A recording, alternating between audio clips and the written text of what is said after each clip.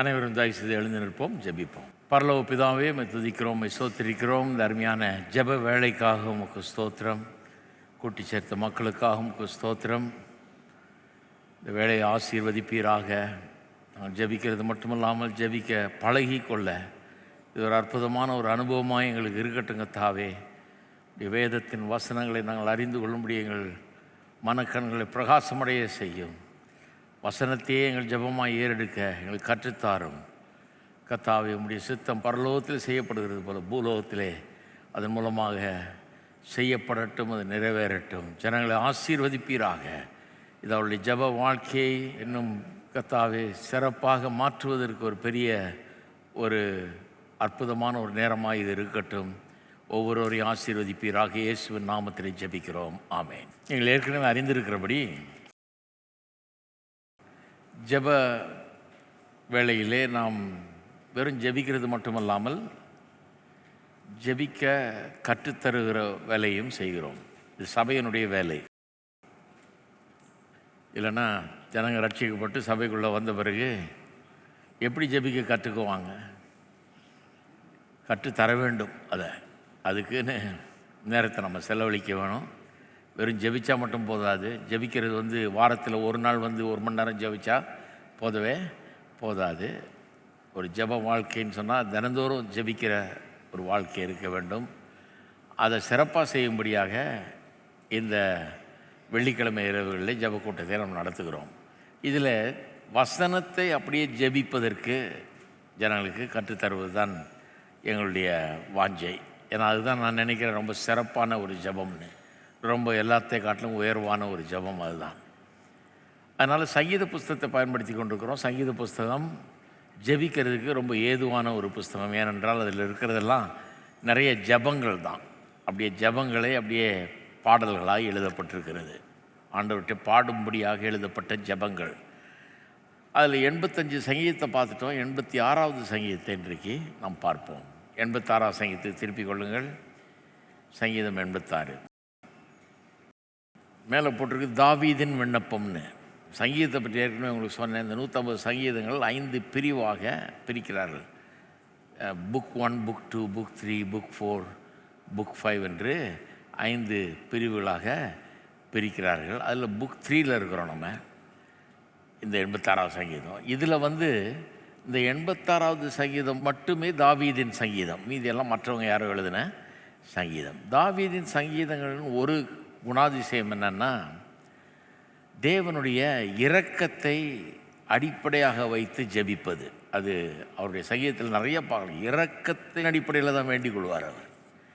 கர்த்தருடைய இரக்கத்தின் அடிப்படையில். பெரிய ராஜா, ஆனால் கர்த்தர் இறங்க வேணும் என்று கேட்குறாரு. அவ்வளோ பெரிய பதவியில் இருந்துக்கிட்டு, அவ்வளோ பெரிய அந்தஸ்தில் இருந்துக்கிட்டு கர்த்தர்கிட்ட கர்த்தாவே எனக்கு இறங்கும், உம்முடைய இரக்கம் எனக்கு தேவை அப்படின்னு சொல்லி அவர் கேட்கிறார்.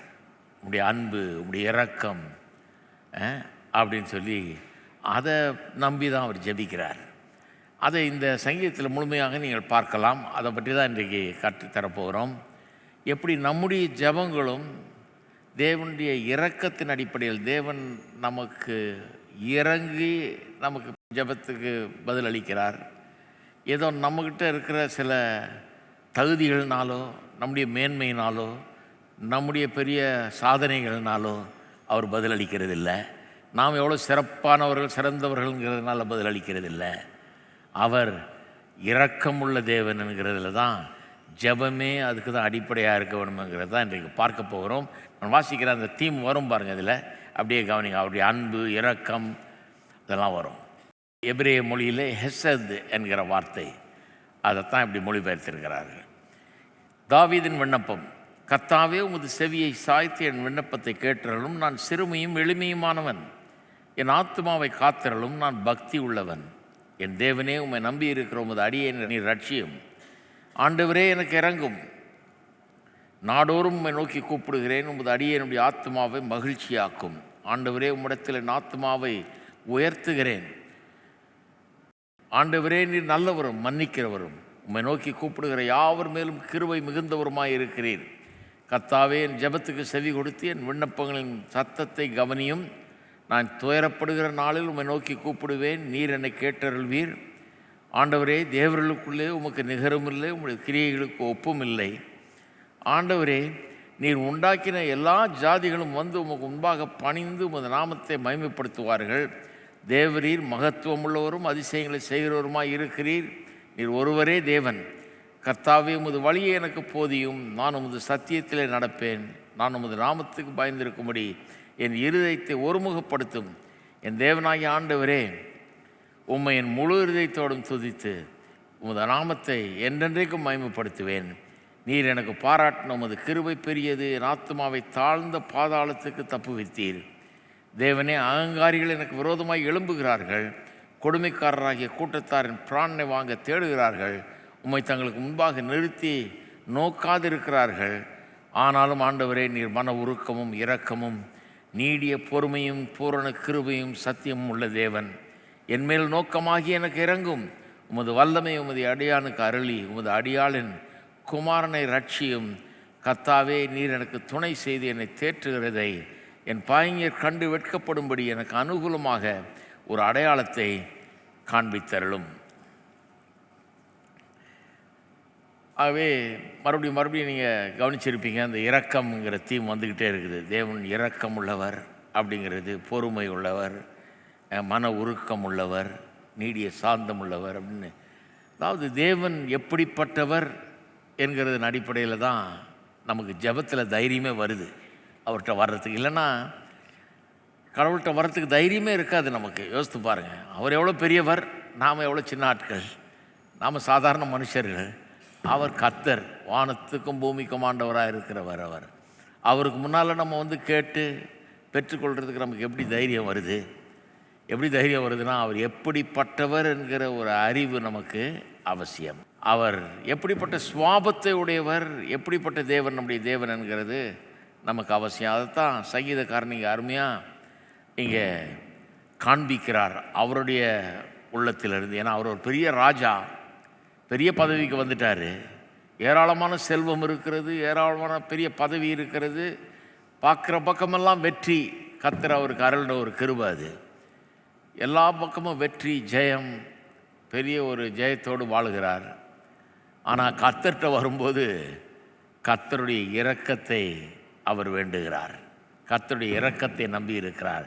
தன்னுடைய தகுதியை பெருசாக காட்டுறதில்லை, தான் பெரியவன்றதை பேசுகிறதே கிடையாது, தான் எவ்வளோ பெரிய யோகியன்றதையும் பேசுகிறது கிடையாது. என்னுடைய தகுதி என்ன, என்னுடைய பரிசுத்தம் என்ன, என்னுடைய மேன்மை என்ன, மகிமை என்ன, அதை பற்றி பேசுகிறது. தேவன் எவ்வளோ மகிமை உள்ளவர், எவ்வளோ மேன்மை உள்ளவர்ங்கிறது தான் திரும்ப திரும்ப அவர் பேசுகிறத நம்ம பார்க்குறோம். பரிசேயருடைய ஜெபம் தான் தங்களுடைய மகிமையை பேசும். நான் இத்தனை நாள் உபவாசம் இருந்தனாக்கும், நான் இதை பண்ணனாக்கும். பைபிளில் இருக்கு இல்லையா, ஒரு பரிசேயன் ஜெபம் பண்ணுறதை பற்றி இயேசு சொல்கிறார் இல்லையா. அவன் பக்கத்தில் இன்னொருத்தன் ஜெபம் பண்ணுறான், ஒரு வரி வசூலிக்கிறவன். அவன் நெஞ்சில் அடிச்சுக்கிட்டு, ஆண்டவரே எனக்கு இறங்கும், நான் பாவின்னு சொல்லி ஜெபம் பண்ணுறான். கர்த்தர் சொல்கிறார், அவன் ஜெபம் தான் கரெக்டுன்றார். அவனுடைய ஜெபம் தான் கரெக்டு. அவன் தன்னுடைய தகுதியை பேசலை. இந்த அடுத்தவன் வந்து தன்னுடைய தகுதி, தன்னுடைய மேன்மையின் அடிப்படையில் வர்றான். அந்த அப்படி வரவே கூடாது, அது ஜெபமே கிடையாது அப்படிங்கிறாரு. ஜெபத்தில் தைரியம் என்னன்னா, கர்த்தர் நல்லவர், அவர் இரக்கமுள்ளவர், கிருபை உள்ளவர், அவர் மன உருக்கம் உள்ளவர், மன்னிக்கிறவர், தயவுள்ளவர். இதுதான் அந்த ஹெசத் என்ற வார்த்தையினுடைய அர்த்தம். அதன் அடிப்படையில் கர்த்தர்கிட்ட வரும்போது நாம் கேட்குறதுக்கு தைரியம் இருக்கும், கேட்டு பெற்றுக்கொள்கிறதுக்கும் தைரியம் இருக்கும். சரி, இந்த சங்கீதத்தை 4 பிரிவுகளாக பிரிக்கலாம். 1-7 வசனம், 1-7 முதல் பிரிவு. அதில் வந்து தன்னுடைய பிரச்சனைகளெல்லாம் கூறுகிறார். 2வது 8-10 தேவனை துதிக்கிறார். 11-13 அடுத்து 3வது பகுதி, அதில் ஜெபிக்கிறார். 14-17 கடைசியாக ஒரு வேண்டுகோளை வைக்கிறார். இப்படி தான் பிரிக்கணும். ஆனால் இதை நம்ம இன்றைக்கி பார்க்கும்போது எப்படி பார்க்க போகிறோம்னா, தாவீதினுடைய உறவு தேவனோடு எப்படிப்பட்டதாக இருந்தது, அவன் எப்படி தேவனுடைய கிருபையை சார்ந்திருந்தான்றதை பார்க்க போகிறோம். 2வது தாவீதினுடைய ஜெப வேண்டுகோள்கள் என்ன என்பதை பார்க்க போகிறோம். 3வது அந்த ஜெப வேண்டுகோள்களை எப்படி நிச்சயம் கர்த்தர் அவனுக்கு அருள வேண்டும், கேட்கறத கொடுக்கணுங்கிறதுக்கான ஆர்கியூமெண்ட்ஸை சொல்லி ஜெபம் பண்ணுறான். இது ரொம்ப முக்கியமான ஒரு இது. நிறைய காரியங்கள் இன்னைக்கு கற்றுக்க போகிறோம். அவன் ஆர்கியூ பண்ணுறான் கர்த்தரிடத்தில், இந்த தேவைகளெல்லாம் இந்தந்த காரணத்துக்காக எனக்கு நீ அருளி தீர வேண்டும் அப்படிங்கிற மாதிரி பேசுகிறான். நான்காவது, நாம் இந்த இரக்கத்தை பற்றி அவன் எப்படி இந்த வெளிப்பாட்டை பெற்றான் என்பதை பற்றி உங்களுக்கு காண்பிக்க போகிறோம். எங்கேருந்து வந்தது இவனுக்கு இந்த இரக்கத்தை குறித்த வெளிப்பாடுங்கிறத பார்க்க போகிறோம். சரி, முதலாவது தாவீதினுடைய உறவு, தேவனோடு இருக்கிற உறவு எப்படிப்பட்டதாக இருந்தது பாருங்கள். ராஜாவாக இருந்தாலும் இஸ்ரவேலின் மிகப்பெரிய ராஜா அவனை மாதிரி இஸ்ரவேலில் ராஜா இருந்ததே கிடையாது. மகிமை உள்ள ராஜா அவனுடைய அந்தஸ்தே பெரிய அந்தஸ்து. ஆனால் அவனுடைய ஜெபத்தை அவன் ஆரம்பிக்கும் போதே எப்படி ஆரம்பிக்கிறான்றது முதல் வசனத்தில் பாருங்கள். கர்த்தர் எதுக்கோ நான் சொல்கிறத கேட்டு தான் ஆகணும், எனக்கு கொடுத்து தான் ஆகணும் அப்படிங்கிற மாதிரி வர்றதில்லை கர்த்தர்கிட்ட. He doesn't come as if God owes him anything. அவன் அப்படி ஆர்கியூ பண்ணல கர்த்தர்கிட்ட. ஆர்கியூ பண்ணுறதுன்னும்போது கர்த்தர்கிட்ட அந்த மாதிரி தர்க்கமிட்டு கொண்டு அவன் வர்றதில்லை. அவ்வளோ பெரிய ராஜாவாக இருக்கிறான். எப்படி வர்றான் பாருங்கள். எல்லாம் சொல்கிறான், கர்த்தாவே உமது செவியை சாய்த்து என் விண்ணப்பத்தை கேட்டருளும், நான் சிறுமையும் எளிமையும் உள்ளவன். இங்கிலீஷில் புவர் அண்ட் நீடின்னு வருது. அதை விலைக்கு சொல்ல வேண்டியதாக போச்சு. புவர் அண்ட் நீடினா நம்ம உடனே ஏழைன்னு நினச்சிக்கிறோம். ஒரு ராஜா எப்படி ஏழையாக இருக்க முடியும்? அவனுக்கு ஏராளமான வெள்ளியும் பொண்ணும் சொத்துக்களும் எல்லாம் இருக்குது பாருங்கள். அதனால் அவன் பண விஷயத்தில் ஏழைங்கிறத சொல்லலைங்க. சிறுமையும் எளிமையும் உள்ளன்னா, நான் ரொம்ப சின்னவன் ஆண்டவரே, உமக்கு முன்பாக நான் ரொம்ப சிறியவன், நான் எளியவன், ரொம்ப சாதாரணமானவன் அப்படிங்கிறான். ஐம் புவர் அண்ட் நீடி அப்படின்னு இங்கிலீஷில் வந்துருச்சு. அப்போ என்ன மாதிரி வார்த்தைகள் பாருங்கள். கர்த்தர்கிட்ட வரும்போது எப்பேற்பட்ட ஒரு ஆட்டிடியூடோடு வரான் பாருங்கள். 2ஆம் வசனம் பாருங்கள். என் ஆத்மாவை காத்தருளும், நான் பக்தி உள்ளவன், என் தேவனே உம்மை நம்பி இருக்கிற உமது அடியேனை நீர் ரட்சியும். அடியேன்ற வார்த்தை இங்கிலீஷில் சர்வன்ட் என்று வருது. பெரிய ராஜா பாருங்க. அவன் சொல்கிறான், நான் உம்முடைய வேலைக்காரன் ஆண்டவரே, உம்முடைய சர்வன்ட். நான் ஊருக்கு ராஜாவாக இருக்கலாம், இந்த ஊரில் பெரிய அந்தஸ்தோடு இருக்கலாம், ஊரில் பெரிய பணக்காரனாக இருக்கலாம், ஊரில் எனக்கு ஏகப்பட்ட பெரிய பதவியும் உயர்வும் இருக்கலாம். ஆனால் உம்மடியில் வரும்போது நான் உம்முடைய வேலைக்காரன், நீர் இட்ட கட்டளையை நிறைவேற்றுகிற உம்முடைய வேலைக்காரன். நான் உம்முடைய உதவி எனக்கு தேவை. உம்முடைய உதவி இல்லாமல் நான் ஒன்றும் செய்ய முடியாது. நான் பெரிய ராஜாவாக இருக்கலாம், எனக்கு பெரிய அதிகாரம் இருக்கலாம், வல்லமை இருக்கலாம், நான் சொன்ன 1000 பேர் நான் சொன்னதை செய்கிறதுக்கு இருக்கிறாங்க. ஆனால் எனக்கு வேண்டியதை செய்து கொள்கிற வல்லமை எனக்கு இல்லை. என்னுடைய தேவைகளை பூர்த்தி செய்து கொள்ளக்கூடிய அப்பேற்பட்ட ஒரு வல்லமை எனக்கு இல்லை. என் தேவையை நீர் தான் பூர்த்தி செய்ய முடியும், என்னை நீர் தான் காக்க முடியும். என் விரோதிகள் என்னை சூழ்ந்து கொண்டிருக்கிறார்கள், என்னை பாய்க்கிறவர்கள் எப்போ என்னை விழுங்கலாம்னு காத்து கொண்டிருக்கிறார்கள். நீர் தான் என்னை காப்பாற்ற முடியும். என்னுடைய பட்டயம் அல்ல, என்னுடைய இராணுவம் அல்ல, என்னுடைய வீரர்கள் அல்ல, என்னுடைய கோட்டை சுவர் அல்ல, நீர் மாத்திரமே என்னை காக்க முடியும். நான் உம்மை நம்பி இருக்கிறேன் என்கிற அந்த எண்ணத்தோடு வர்றான். இது எனக்கு ரொம்ப அப்படியே என்னுடைய உள்ளத்தை அது ஈர்க்கிறது. அது ஒரு ராஜா தாவீதர் யோசித்து பார்க்கும்போதே நீங்கள் யோசிக்கிறோம், அது சாதாரண ஆள் இல்லைங்க, ஒரு ராஜா, இஸ்ரவேலின் ரொம்ப மேன்மையான ராஜா. இவன மாதிரி ஒரு ராஜா இருந்ததில்லை. அவனுக்கு கர்த்தர் எல்லா பக்கத்துலேயும் வெற்றியை தந்தார். எந்த எதிரி அவனை எதிர்த்து நிற்க முடியல, அந்த மாதிரி ஒரு ராஜா. அவன் கர்த்தர்கிட்ட வரும்போது சிறுமையும் எளிமையும் உள்ளவன் சொல்கிறான், அவனுடைய சர்வன்ட் நான் அப்படிங்கிறான். என்ன மாதிரி ஒரு ஆட்டிடியூடோடு ஆண்டவர்கிட்ட வரணும் அப்படிங்கிறது இங்கே விளங்குது. நான் இந்த சாதனையை பண்ணிட்டேன், நான் இப்படி இருந்துட்டேன், அப்படி இருந்துட்டேன், நான் இத்தனை நாள் உபவாசம் இருந்தேன், நான் இவ்வளோ நல்லது செஞ்சேன், இத்தனை அண்டாங்குண்டான் வேட்டி சட்டையெல்லாம் இத்தனை பேருக்கு தர்மம் பண்ணனாக்கும், இப்படியெல்லாம் வரக்கூடாது ஆண்டவர்கிட்ட. எவ்வளோ பெரிய ஆளாக இருந்தாலும், நம்ம என்னெல்லாம் செஞ்சுருந்தாலும் ஆண்டவர்கிட்ட வரும்போது நாம் சிறியவர்கள், எளிமையானவர்கள். ஆண்டவருடைய உதவி நமக்கு தேவை. உண்மையாகவே நமக்கு எவ்வளோ பதவி, அதிகாரம், பணம் எல்லாம் கூட இருந்தால் கூட உண்மையாக ஆண்டவருடைய உதவி இல்லாமல் அது கூட வராது நமக்கு. அது கூட நமக்கு இருக்காது, எதுவுமே இருக்காது. கர்த்தர் தான் நம்மளை காப்பாற்றணும், கர்த்தர் தான் நம்மளுக்கு உயிரை காப்பாற்றணும். கர்த்தர் தான் நம்ம கூட இருக்கணும், கர்த்தர் தான் நமக்கு எல்லாம் செய்யணும். இல்லைன்னா நாம் எவ்வளவு பெரிய ராஜா கூட கர்த்தருடைய தயவை தான் நம்பி இருக்க வேண்டும். இருக்கீங்களா? எவ்வளோ பெரிய ராஜாவாக இருந்தால் கூட கர்த்தருடைய தயவை தான் நம்பி இருக்க வேணும். சரி, இந்த சிறுமியும் எளிமையும் உள்ளன்னு சொல்லும்போது என்னையா நம்ம அப்படியா சொல்கிறது? நம்ம என்ன சிறுமியும் இல்லை, நான் உண்மையாகவே நம்புகிறேன். நமக்கு ஒரு வேல்யூ இருக்குது. நாம் விலையேற பெற்றவர்கள்ன்றதெல்லாம் நான் ரொம்ப போதிச்சிருக்கிறேன். நான் குப்பை, தூசி, பூச்சி, புழுன்னு சொல்லக்கூடாதுன்னு சொல்லியிருக்கிறேன் இல்லையா? அப்போ எப்படி நான் சிறுமியும் எளிமையும் உள்ளவன்னு சொல்லலாம் அப்படின்னு நீங்கள் கேட்கலாம். என்ன சொல்ல வர்றேன்னா, ஆமாம், நம்ம ஒரு விதத்தில் பார்த்திங்கன்னா நமக்கு ஒரு வேல்யூ இருக்குது, நம்ம விலையேற பெற்றவர்கள். ஆனால் அந்த மதிப்பே கர்த்தருடைய தயவினால் தான் நமக்கு கிடைச்சிது.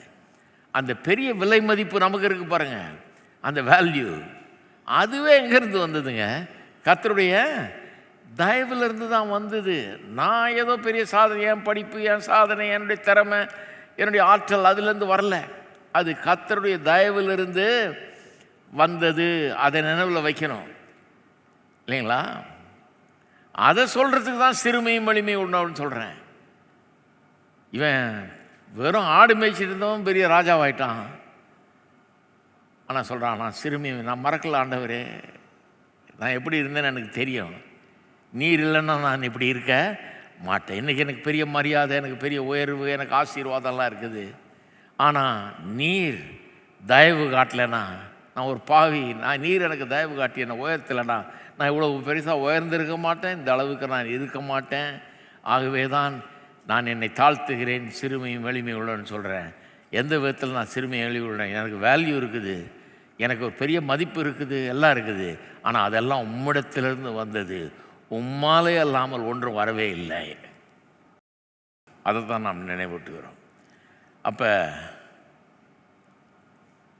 இன்றைக்கி முதலாவது நாம் செய்ய வேண்டிய காரியம், கர்த்தர் நம்மளை எவ்வளோ ஆசீர்வச்சிருக்கிறார், என்ன நிலையில் இன்றைக்கி வச்சிருக்கிறார், எங்கே இருந்தோம், எங்கே இருக்கிறோம். இன்றைக்கி எல்லாருமே வாழ்க்கையில் பல்வேறு முன்னேற்றங்களை அடைந்திருக்கிறோம், நன்மைகளை பெற்றிருக்கிறோம், கர்த்தருடைய ஆசீர்வாதத்தை பெற்றிருக்கிறோம். கர்த்தருடைய தயவு தான் நான் சொல்கிறேன், கர்த்தருடைய தயவு தான் எல்லாத்தையும் செஞ்சது. அப்போ கர்த்தர்கிட்ட வரும்போதெல்லாம் அதை யோசித்து பார்க்கணும். ஆண்டவரே, உம்முடைய தயவு, இன்றைக்கி நல்லா இருக்கிறது உம்முடைய தயவு, உயிரோடு இருக்கிறது உம்முடைய தயவு, வேண்டிய தேவைகள்லாம் சந்திக்கப்படுறது உம்முடைய தயவு, எனக்கு தேவைக்கும் மேலே அதிகமாக இருக்கிறது உம்முடைய தயவு, மரியாதையாக இருக்கிறது தயவு, உயர்ந்திருக்கிறது தயவு, வாழ்ந்திருக்கிறது உம்முடைய தயவு. எத்தனை பேர் சொல்லுவீங்க கர்த்தருடைய தயவுன்னு? இன்றைக்கி எல்லாம் கரங்களை உயர்த்தி கர்த்தருடைய தயவுக்காக நம்ம கர்த்தரை நன்றி செலுத்துவோம். ஜெபத்தில் இது ரொம்ப எப்போவுமே முன்னாடி வச்சுக்கணும் பாருங்கள். கர்த்தருடைய தயவு, கர்த்தர்கிட்ட வரும்போதே கையை தூக்கி அவரை உயர்த்தணும், உள்ளத்தில் அவரை மேன்மையாக எண்ண வேண்டும். நம்முடைய பெருமையை பேசுறதுக்கு பதிலாக அவருடைய மேன்மையை பேசணும். நாம் எவ்வளோ சிறுமையும் எளிமையும் உள்ளவர்கள் என்பதை எண்ணி பார்க்கணும். அவர் இல்லைன்னா ஒன்றுமே கிடையாது. அவர் தான் நம்மளை காப்பாற்றணுங்கிற உணர்வோடு நாம் ஆண்டவர்கிட்ட வருவோம். கர்த்தாவே உமக்கு ஸ்தோத்திரம், ஸ்தோத்திரம், ஸ்தோத்திரம். தாவீதை போலவே நாங்களும் சொல்லுகிறோம், கர்த்தாவே, கர்த்தாவே உமது செவி எங்களுக்கு சாய்த்து விண்ணப்பத்தை கேட்டவர்களும் கர்த்தாவே, நாங்கள் சிறுமியும் எளிமையுமானவர்கள், நீர் இல்லாமல் நாங்கள் ஒன்றுமில்லை கர்த்தாவே. இன்றைக்கு நாங்கள் இருக்கிறது உம்முடைய தயவினால். உம்முடைய தயவு எங்களை இந்த நிலையில் வைத்திருக்கிறது, உம்முடைய தயவு எங்களை உயர்த்தி இருக்கிறது, உம்முடைய தயவு எங்களை ஆசீர்வதித்திருக்கிறது, உம்முடைய தயவு எங்களுக்கு எல்லாவற்றையும் கொடுத்திருக்கிறது, உம்முடைய தயவு எங்களை மேன்மையாக்கி இருக்கிறது. ஆகவே எங்களை உமக்கு முன்பாக நாங்கள் தாழ்த்துகிறோம் கர்த்தாவே. உம்முடைய தயவுக்காக நன்றி செலுத்துகிறோம். என்றைக்கு உம்முடைய தயவை நாங்கள் மறக்கவே மாட்டோம் கர்த்தாவே. உம்முடைய தயவின் அடிப்படையில் நாங்கள் கேட்கிறோம், உம்முடைய தயவின் அடிப்படையில் நாங்கள் வேண்டிக் கொள்கிறோம். எங்கள் ஜெபங்களை உம்முடைய தயவை முன்னிட்டு நாங்கள் ஏறெடுக்கிறோம் கர்த்தாவே. உம்முடைய இரக்கத்தை முன்னிட்டு நாங்கள் ஏறெடுக்கிறோம் கர்த்தாவே. ஓ உமக்கு ஸ்தோத்திரம், ஸ்தோத்திரம், ஸ்தோத்திரம், ஸ்தோத்திரம், ஸ்தோத்திரம் கர்த்தாவே, உமக்கு ஸ்தோத்திரம். இந்த தயவு எப்போது எங்கள் கண்ணுக்கு முன்னால் இருக்கட்டும். கர்த்தர் தயவு உள்ளவர், கிருபை உள்ளவர், இரக்கம் உள்ளவர், நல்லவர், பாவங்களை மன்னிக்கிறவர், எங்களை தாங்குகிறவர், நடத்துகிறவர். அவருடைய தயவு எங்களை ஆசீர்வாதமாக்கி இருக்கிறது என்பதை ஒவ்வொரு நாளும் எண்ணி பார்க்க எங்களுக்கு கிருபை செய்துள்ளோம். ஜெபிக்கும் போதெல்லாம் இது எங்களுக்கு கண்களுக்கு முன்பாக இந்த தயவை குறித்த காரியங்கள் வரட்டும் கர்த்தாவே. உடைய தயவுள்ள முகம் எங்களுக்கு தெரியட்டும். தயவுள்ள ஆண்டவர் எங்கள் கண்களுக்கு முன்பாக நாங்கள் வைக்கட்டும் கர்த்தாவே. ஒவ்வொரு முறை ஜெபிக்கும் போதும் ஸ்தோத்திரம் தேவனே, உமக்கு ஸ்தோத்திரம், ஸ்தோத்திரம், ஸ்தோத்திரம், ஸ்தோத்திரம் கர்த்தாவே, ஸ்தோத்திரம் தேவனே. ரொம்ப முக்கியமான காரியம் வாழ்க்கையில். கர்த்தர் நம்ம ஒன்றுமே செய்ய வேண்டிய அவசியமே கிடையாது. அவர் பெரியவர். ஆனால் நம்ம ஜெபத்தை கேட்குறார். கூப்பிடு, என்கிட்ட வா, விண்ணப்பத்தை ஏறிடு, நான் உனக்கு பதில் அளிக்கிறேன்றார். ஒன்றத்தை பற்றி கவலைப்படாத, எல்லாவற்றையும் ஸ்தோத்திரத்தோடு கூட கூடிய விண்ணப்பத்தை கொண்டு என்கிட்ட வா அப்படின்றார். எவ்வளோ பெரிய பாக்கியம்! வானத்தையும் பூமியும் படைத்த தேவன், எல்லாவற்றுக்கும் மேலானவர், அவர் நமக்கு சொல்கிறார் வா என்கிட்ட வாங்குறாரு. அப்போ ஒவ்வொரு முறையும் நாம் இதை மனசில் வச்சுட்டு தான் வரணும். சரி, தாவீதினுடைய விண்ணப்பங்கள் என்னன்னு பார்ப்போம். 15 விண்ணப்பங்களை ஏறெடுக்கிறான் தாவீது. 15, 1 2 இல்லை, 15 காரியங்களை கேட்கிறான். 1ஆம் வசனத்தில் அவன் சொல்லுகிறான், உம்முடைய செவியை சாய்த்து என் விண்ணப்பத்தை கேட்டருளும்ன்றான். 2ஆம் வசனத்தில் என்னை ரட்சியும் என்கிறான். 2ஆம் வசனத்தில் பார்த்தீங்கன்னா காத்திரளும் ரட்சியும் 2 வார்த்தை யூஸ் பண்ணுறான். காட் அண்ட் சேவ், என்னை காத்திரளும் என்னை ரட்சியும்ன்றான். 3ஆம் வசனத்தில் எனக்கு இறங்கும் என்கிறான். 4ஆம் வசனத்தில் ஆத்துமாவை மகிழ்ச்சியாக்கும் என்று கேட்கிறான். 6ஆம் வசனத்தில் மறுபடியும் என்ன சொல்கிறான், ஜெபத்துக்கு செவி கொடுத்து விண்ணப்பங்கள் சத்தத்தை கவனியும், listen and hear or hear and listen அப்படின்றான். 11ஆம் வசனத்தில் உங்களுடைய வழியை எனக்கு போதியும் அப்படிங்கிறான். வழியை எனக்கு போதித்து இருதயத்தை ஒருமுகப்படுத்தும்ன்றான். வழியை போதித்து இருதயத்தை ஒருமுகப்படுத்தும். Teach me and give me an undivided heart. 16ஆம் வசனத்தில் பார்த்தீங்கன்னா ஒரே வசனத்தில் பாருங்கள் எத்தனை சொல்கிறான் பாருங்கள். என்மேல் நோக்கமாகி, அதாவது என்னை திரும்பி பாருன்றான். என்மேல் நோக்கமாகினா என்னை கொஞ்சம் திரும்பி பாரு, என்னை நோக்கி பாருன்னு அர்த்தம். நோக்கமாயிரும், அப்புறம் எனக்கு இறங்கும், அப்புறம் உமது வல்லமை உமது அடியானுக்கு அருளும், அப்புறம் என்னை ரட்சியும் அப்படிங்கிறான். 4 காரியத்தை ஒரே வசனத்தில் வாசிக்கிறவங்க. 17ஆம் வசனத்தில் எனக்கு அனுகூலமாக ஒரு அடையாளத்தை எனக்கு காண்பித்தரணும். அதாவது நீர் எனக்கு துணையாக இருக்கிறீர்ங்கிறத என்னுடைய பையங்கரெல்லாம் காணும்படியாக எனக்கு அனுகூலமாக ஒரு அடையாளத்தை காண்பித்தரணும். நீங்கள் எண்ணி பார்த்தீங்கன்னா 15 விண்ணப்பங்கள் அங்கே இருக்கிறது. 15 விண்ணப்பங்கள், 1 2 இல்லை, 15 விண்ணப்பங்கள். ஆனால் ஒன்று என்னென்னா, இவ்வளவு விண்ணப்பம், இவ்வளவு கேட்குறான். ஆனால் அதன் மத்தியில் ஒரு பிரமாதமான ஒரு விண்ணப்பத்தை அவன் கேட்குறான். அது எனக்கு ரொம்ப பிடிச்சிருக்கு. இந்த 15ல் அது ஒன்று ரொம்ப வித்தியாசமாக இருக்குது. அது நான் நினைக்கிறேன் அதுதான் ரொம்ப கீ டு ஹிஸ் கிரேட்னஸ். அவன் இவ்வளவு பெரிய ஒரு தேவ மனுஷனாக இருந்ததுக்கு, கர்த்தருக்குடைய இருதயத்துக்கேற்ற ஒரு மனுஷனாக இருக்கிறான்னு சொல்லியிருக்கு இல்லையா? அது காரணமே இந்த 11ஆம் வசனத்தில் சொல்லி இருக்கிற இந்த விண்ணப்பம் தான். இந்த 15 விண்ணப்பத்தில் இது எவ்வளோ வித்தியாசமாக இருக்குது பாருங்கள். கர்த்தாவே உமது வழியை எனக்கு போதியும், உமது வழியை எனக்கு போதியும், இருதயத்தை ஒருமுகப்படுத்தும். Give me an undivided heart. அப்படி இப்படி அலசடிப்படாமல் ஒருமுகப்படுத்தும், இருதயத்தை ஒருமுகப்படுத்தும். என்ன மாதிரி ஜபம் பாருங்கள். இப்படி வழியை எனக்கு போதியும். இங்கே ஒரு பாட்டு பாடுவோம் நாங்கள், சிலர் கேட்டிருப்பீங்க, கொஞ்ச நாளாக பாடல. ஆத்துமாவை நான் காக்கும் மீட்பருமை நோக்கி உயர்த்தி அப்படின்னு ஒரு பாட்டு பாடுவோம். அதில் டீச் மீ யோர் வேஸ் அப்படின்னு ஒரு ஸ்டான்ஸாக வரும். அது இங்கே தான் வருது. அது எனக்கு ரொம்ப பிடிக்கும். அது ஏன்னா இந்த ஜெபத்தினுடைய விசேஷமே அதுதான். 15 விண்ணப்பம். இந்த 15 பற்றி நான் பிரசங்கம் பண்ண வேண்டியதில்லை, அதெல்லாம் ரொம்ப சாதாரண விண்ணப்பங்கள். அந்த 15ல் ரொம்ப மேன்மையான விண்ணப்பம் என்னென்னா, உம்முடைய வழியை எனக்கு காண்பியும், ஏன் அதை நான் பெருசாக நினைக்கிறேன்னா, இந்த 15 நம்ம ஜெபிக்கலாம், ஆனால் இந்த ஒன்றில் விஷயத்தை முடிக்கலாம். கர்த்தருடைய வழியை மட்டும் நம்ம கற்றுக்கிட்டா எல்லா பிரச்சனைக்கும் தீர்வு அதுதான். கர்த்தருடைய வழிகள் நமக்கு கிடச்சிருச்சுன்னா, ஒருமுகப்பட்ட இருதயம், அன்டிவைடட் ஹார்ட், ஒரே இதாக கர்த்தரை விசுவாசிக்கிற ஒரு இருதயம், மனதை கர்த்தர் மேலே வைக்கிற ஒரு இருதயம், அப்படிப்பட்ட ஒரு இருதயமும் கர்த்தருடைய வழிகளும் நமக்கு தெரிஞ்சிருச்சுன்னா, இருதயத்தை ஒருமுகப்படுத்திட்டா கர்த்தருக்காக வாழ்கிறதுக்கு பெரிய வெற்றியை நாம் வாழ்க்கையில் அடைவோம். எத்தனை பிரச்சனைகள், வாழ்நாள் முழுக்க பிரச்சனைகளை சந்திச்சுட்டு தான் இருப்போம். எல்லா பிரச்சனைகளும் தீர்ந்து ஒன்றுமே பிரச்சனை இல்லாமல் வாழ்கிறதுன்றதை பார்க்கவே முடியாது. நான் இத்தனை வருஷம் வாழ்ந்து பார்த்துட்டேன், அப்படி வரல. ஒரு பிரச்சனை முடிஞ்சால் அடுத்த பிரச்சனை வருது. ஆனால் கர்த்தாவே உம்முடைய வழியை எனக்கு போதியும், என் இருதயத்தை ஒருமுகப்படுத்தும், என் இருதயம் அப்படி இப்படி அலசரிப்படாமல் உண்மை சந்தேகப்படாமல் ஒருமுகப்படுத்துவீராக, உடைய வழியை எனக்கு போதிப்பீராக. இந்த ஒரு ஜெபத்தை பண்ணாலே நம்முடைய வாழ்க்கை எங்கேயோ போயிடும். தினந்தோறும் ஜெபிக்க வேண்டிய ஒரு ஜெபம், உடைய வழியை எனக்கு போதியம்ன்றது. இருக்கீங்களா?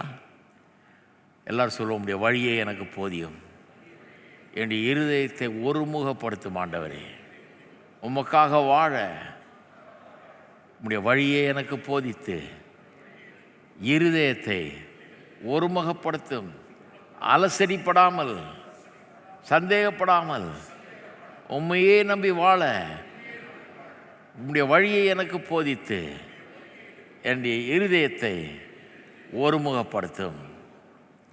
இந்த ஜெபத்தை தான் இப்போ செய்ய போகிறோம். எல்லோரும் ஜெபியுங்கள், உங்களுக்காக ஜெபியுங்கள், உங்கள் குடும்பத்தாருக்காக ஜெபியுங்கள், சபையாருக்காக ஜெபியுங்கள், மற்ற எல்லா விசுவாசிகளுக்காக ஜெபியுங்கள். ஒவ்வொரு தடவை சபைக்கு வந்து வசனத்தை கேட்க வரும்போதும் ஜெபிக்கணும், உடைய வழியை எனக்கு போதியும் ஆண்டவரேன்னு. ஒவ்வொரு நாளும் ஜெபிக்கணும், பிரச்சனைகள் மத்தியில் கர்த்தாவே உடைய வழியை எனக்கு போதியும், உடைய வழிகள் மேலானது. கர்த்தர் சொல்கிறார் ஏசாயா 55, உங்களுடைய வழிகளை காட்டிலும் என்னுடைய வழிகள் மேலானது. எவ்வளோ உயரமானது? வானத்துக்கும் பூமிக்கும் எவ்வளோ உயரமோ அவ்வளோ உயரம் என் வழிகள்ன்றார். அப்போ எவ்வளோ தூரம் எட்டி பிடிக்க வேண்டியதாக இருக்குது அவர் வழிகளை, கற்றுக்க வேண்டியது எவ்வளோ அதிகமாக இருக்குதுங்கிறது நமக்கு தெரியுதா? வானத்துக்கும் பூமிக்கு எவ்வளோ உயரமோ அவ்வளோ உயரமோ அவருடைய வழிகள், ரொம்ப எட்டாத உயரத்தில் இருக்குது. ஆனால் கர்த்தருடைய வார்த்தை அந்த வழிகளை நமக்கு போதிக்கக்கூடிய வார்த்தை. அவ்வளோ உயர்ந்திருக்கிற வழிகள், உயர்ந்த வழிகள், உன்னதமான வழிகள், வெற்றியின் வழிகள். அந்த வழிகளை போதிக்கிறதுக்காக கர்த்தர் வார்த்தையை அனுப்புகிறார், மழையை போல் அனுப்புகிறார், பனியை போல் அனுப்புகிறார்னு சொல்லியிருக்காங்க. அது வந்து நம்ம லெவல்லேருந்து தூக்கி அவருடைய லெவலுக்கு நம்ம கொண்டு போகுது. வழிகள் வானத்துக்கும் பூமிக்கு எவ்வளோ உயரமோ அவ்வளோ உயரமாக இருக்குது அவருடைய வழிகள். அவருடைய எண்ணங்கள் வானத்துக்கும் பூமிக்கு எவ்வளோ உயரமோ அவ்வளோ உயரமாக இருக்குது. நம்முடைய எண்ணத்தை உயர்த்தணும், அவருடைய வழிகளை கற்றுக்கொள்ள வேண்டும். கர்த்தர் நமக்கு உதவுவாராக. அதுதான் வாழ்க்கையின் வெற்றிக்கு ரகசியம். எல்லோரும் ஜெபம் பண்ணுவோம். ஸ்தோத்திரம் கர்த்தாவே, உடைய வழிகளை எங்களுக்கு போதியும் கர்த்தாவே. ஓ, இந்த பிரச்சனையான உலகத்தில், சிக்கல் மிகுந்த உலகத்தில், பொல்லாத கர்த்தாவே உலகத்தில், தீமைகள் நிறைந்த உலகத்தில், பயங்கர்கள் நிறைந்த உலகத்தில், சத்துருக்கள் நிறைந்த உலகத்தில், கேடுகள் நிறைந்த உலகத்தில் கர்த்தாவே உம்முடைய வழிகள் எங்களுக்கு அவசியம் கர்த்தாவே. உம்முடைய வழியில் எல்லாத்தையும் செய்ய அந்த உன்னதமான வழிகளை எங்களுக்கு போதிப்பீராக. உன்னதமான பாதையில் எங்களை நடத்துவீராக. எங்களுடைய லெவல் ஆஃப் திங்கிங்லேருந்து உயர்த்தி உம்முடைய லெவல் ஆஃப் திங்கிங்க்கு எங்களுடைய எண்ணங்களை உயர்த்துவீராக, செம்மைப்படுத்துவீராக கர்த்தாவே. ஓ, உம்முடைய வழிகளை போதியும், உம்முடைய வழிகளை போதியும். ஓ, ஜீவ பாதையில் எங்களை நடத்துங்க கர்த்தாவே. ஓ, உமக்கு ஸ்தோத்திர. கீழான விதத்தில் எண்ணாமல் கர்த்தாவே, கீழான காரியங்களை எண்ணாமல், தாழ்வான காரியங்களை எண்ணாமல், தாழ்வான விதத்தில் வாழாமல் உயர்ந்திருக்க உயர்ந்த உம்முடைய வழிகளை எங்களுக்கு போதிப்பீராக, நடத்துவீராக. உயர்ந்த வழிகளை எங்களுக்கு காண்பிப்பீராக கர்த்தாவே. உயர்ந்த வழிகளை எங்களுக்கு போதித்து காண்பிப்பீராக. உயர்ந்த வழிகளில் எங்களுக்கு நடத்துவீராக. ஓ, உமக்கு ஸ்தோத்திரம், ஸ்தோத்திரம், ஸ்தோத்திரம் தேவனே, உமக்கு ஸ்தோத்திரம், ஸ்தோத்திரம் தேவனே. இதெல்லாம் பாருங்கள், ஒரு சாம்பிள் தான். இங்கே உட்காந்து ஜெபம் பண்ணோன்னா மணிக்கணக்கில் ஜெபம் பண்ணலாம். காமிக்கிறோம் என்ன ஜெபம் பண்ணணுன்றதை காமிக்கிறோம். நீங்கள் வாரம் பூரா ஜெபம் பண்ணுங்க. இதை என்ன ஜெபம் பண்ணுங்க? கர்த்தாவே உம்முடைய தயவு பெரியது, அதுக்காக உம்மை ஸ்துதிக்கிறேன். ஜெபம் பண்ணுங்க. ஆரம்பத்திலேயே அதை சொல்லுங்கள். அதுக்கப்புறம் கர்த்தாவே உம்முடைய வழிகளை எனக்கு போதியும், என் இருதயத்தை ஒருமுகப்படுத்தும். இருதயம் பல நேரத்தில் அலசல் படுது. இருதயம் கருக்குள்ளது, ரொம்ப பொல்லாதது பாருங்கள். இருதயம் அப்படியே கத்தரை விட்டு தூரமாக போகிறதுக்கு ரொம்ப ஈஸி. இருதயத்துக்கு கத்தரை சந்தேகித்து கத்தரை வேணான்ட்டு அப்படியே ஒதுங்கி தூரமாக போகிறது இருதயத்தில் பொல்லாத அந்த ஒரு காரியம் இருதயத்தில் நுழைஞ்சிருது பாருங்கள். இருதயம் தான் தீட்டுப்படுத்துகிற ஒரு கருவியாக இருக்கிறது. அப்போ அந்த இருதயத்துக்காக ஜெபம் பண்ணுங்க. ஆண்டவரே ஒருமுகப்படுத்தும், உம்முடைய வழிகளில் என்னை நடத்தும். ஆண்டவரே உம்முடைய வழிகளில் எனக்கு போதியும். உன்னதமான கர்த்தருடைய வழி இப்போ ரொம்ப வேறு மாதிரி வழிங்க. அது வானத்துக்கும் பூமிக்கு அவ்வளோ உயரம், அவ்வளோ உயரம். அந்த மெத்தடு, அவருடைய வழி, அவருடைய பாதை, எல்லாத்துலேயும் நாம் செய்கிற தொழிலில், நம்முடைய குடும்ப வாழ்க்கையில், எல்லாத்துலேயும் அவருடைய வழி, ஊழியத்தில் அவருடைய வழி. நீர் உம்முடைய வழியை காட்ட ஆண்டவரே. நான் பார்த்துருக்கேன், அவருடைய வழியை ஆண்டவர் காட்டும்போது ஒரு தரமான விதத்தில் நம்ம எல்லாத்தையும் செய்ய முடியுது. குவாலிட்டியாக நம்ம எல்லாத்தையும் பண்ண முடியும். குடும்பம் குவாலிட்டி ஆகும், ஊழியம் குவாலிட்டி ஆகும், தொழில் குவாலிட்டியாக இருக்கும், எல்லாமே குவாலிட்டியாக இருக்கும். ஏன்னா அவருடைய எண்ணங்கள், அவருடைய வழிகள், அவருடைய வழிகள். அவருடைய வழிகள் வர வர பிரச்சனைகளும் எப்படி சால்வ் பண்ணுறதுன்றது நமக்கு கிடைக்கும். அதற்குரிய ஆலோசனைகளும் நமக்கு கிடைக்கும். இது அற்புதமான ஒரு காரியம். வாழ்க்கை பிரச்சனைகளை எப்படி சமாளிப்பது, அவைகளை எப்படி தாண்டி செல்லுவது என்கிற அந்த அறிவெல்லாம் அந்த அவருடைய வழிகளில் இருக்கிறது, அவருடைய எண்ணத்திலே இருக்கிறது. ஆமென். அதை ஜெபம் பண்ணுங்க, திறந்து வரும். சரி, மூணாவது ஆர்கியூமெண்ட்ஸை பயன்படுத்துகிறான். ஏன் கடவுளுடைய ஜெபத்தை பதிலளிக்கணும்னு சொல்கிறதுக்கு தர்க்கங்களையும் வைக்கிறான்.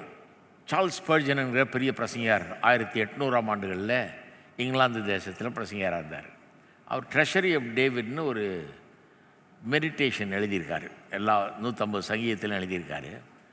பிரமாதமான ஒர்க், ரொம்ப ஃபேமஸ். இது ட்ரெஷரி ஆஃப் டேவிட் தினந்தோறும் வாசிக்கிறதுக்கு ரொம்ப அருமையாக இருக்கும். கொஞ்சம் இங்கிலீஷ், பழைய இங்கிலீஷாக இருக்கும், ஆனால் வாசிக்கிறதுக்கு ரொம்ப அற்புதமாக இருக்கும். அதில் சொல்கிறார், ஜெபத்தை பற்றி சொல்லும்போது சொல்கிறாரு, அதாவது ஜெபத்தில் we must learn to pray with arguments. தர்க்கித்து ஜெபம் பண்ண நம்ம கற்றுக்கொள்ளணும். என்ன மாதிரி ஆர்கியூமெண்ட்ஸ்னால், ஏன் கடவுள் நம்முடைய ஜெபத்துக்கு பதில் அளிக்க வேண்டும் என்கிற காரியத்தில் காரணத்தை சொல்கிறதில்ல ரொம்ப கிளியராக இருக்கணும் நம்ம மைண்டில். நமக்கு தெளிவாக இந்த ஆர்கியூமெண்ட்ஸ் நமக்கு தான் ரொம்ப முக்கியன்றார், கடவுளுக்கு இல்லை. நமக்கு தான் ரொம்ப முக்கியம். ஏன் ஆர்கியூ பண்ண சொல்கிறாரு? உனக்கு வழங்கணும். அவர் சொல்கிறாரு, if you cannot think of reasons why God should answer your prayer, then maybe your request is wrong. You must revise your requests and change your request. ஒருவேளை எதற்காக உன்னுடைய விண்ணப்பத்துக்கு கடவுள் பதில் அளிக்க வேண்டும் என்கிறதற்கு காரணம் சொல்ல தெரியலன்னா, ஒருவேளை நீ கேட்கிற விண்ணப்பமே தவறாக இருக்கலாம், அதையே மாற்ற வேண்டியது இருக்கும். ஏன்னா உனக்கே தெரியலையே எதுக்கு உனக்கு பதில் அளிக்கணும் கர்த்தர்னு அப்படிங்கிறாரு. பிரமாதமான ரீசன் பாருங்கள். உனக்கே புரியலன்னா, உனக்கு கர்த்தர் ஏன் பதில் அளிக்கணும்னு உனக்கே புரியலன்னா, அப்புறம் அந்த ஜெபமே ஒன்றும் இல்லைன்னு அர்த்தம். அந்த விண்ணப்பமே ஒரு சரியான விண்ணப்பம் இல்லையோ, அதையே மாற்றணுமா? உனக்கு வழங்க வேணாமா? எதுக்கு உனக்கு கடவுள் பதில் அளிக்கணும்? உனக்கு வழங்க வேணாமான்றாரு. இது ரொம்ப முக்கியமான பாயிண்ட் நினைக்கிறேன். ஜெபத்தை பற்றி ஒரு அற்புதமான சத்தியம் இது. இங்கே இங்கிலீஷ் பைபிளில் பார்த்தீங்கன்னா ரொம்ப ஈஸியாக வழங்கிக்கலாம். அவன் கொடுக்குற ஆர்கியூமெண்ட்ஸு 9 விதமான ஆர்கியூமெண்ட்ஸ் கொடுக்குறான். ஏன்னா இங்கிலீஷ் பைபிளில் விளங்குதுன்னா ஒரு தடவையும் ஃபார்னு ஆரம்பிக்கும். ஃபார்னா பிகாஸ்னு அர்த்தம், ஏனென்றால் அப்படின்னு அர்த்தம். தமிழில் அப்படி வரல. வார்த்தை இல்லாமலே ஏனென்றால்னு சொல்ல முடியும் தமிழில். தமிழ் ரொம்ப அற்புதமான பாஷை அது. 9 முறை பார்த்தீங்கன்னா அது அந்த ஃபார்ன்ற வார்த்தை வரும் இங்கிலீஷ் பைபிளில் பார்த்தீங்கன்னா ஒரு தடவையும்.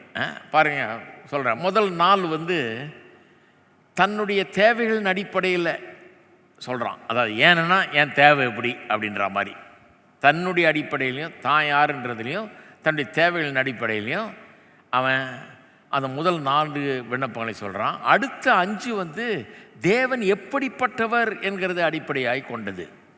ஏன் நீர் எனக்கு பதில் அளிக்கணும்னா நீர் இப்படிப்பட்டவர். முதல் 4 ஏன் நீர் எனக்கு பதில் கொடுக்கணும்னா நான் இப்படிப்பட்டவன், என் தேவை எப்படி இருக்குது அப்படின்றதுக்கு. அடுத்த 5 கடவுளை நீர் இப்படிப்பட்டவர், ஆகவே தான் நீர் எனக்கு இப்படி பதில் அளிக்கணும் அப்படின்னு. இந்த முதல் 4 பார்ப்போம். 1ஆம் வசனத்தில் சொல்லியிருக்கு இல்லையா, கர்த்தாவே உமது செவியை சாய்த்து என் விண்ணப்பத்தை கேட்டாலும், ஏன் நான் சிறுமியும் எளிமையுமானவன், நான் ரொம்ப சின்னவன் ஆண்டவரே. ராஜா சொல்கிறாரு, நான் ரொம்ப சின்னவன், நீர் உதவி செய்யலைன்னா நான் அவ்வளோதான், ராஜாவாகவே இருக்க முடியாது, ஊருக்கு பெரிய ஆள் நான்.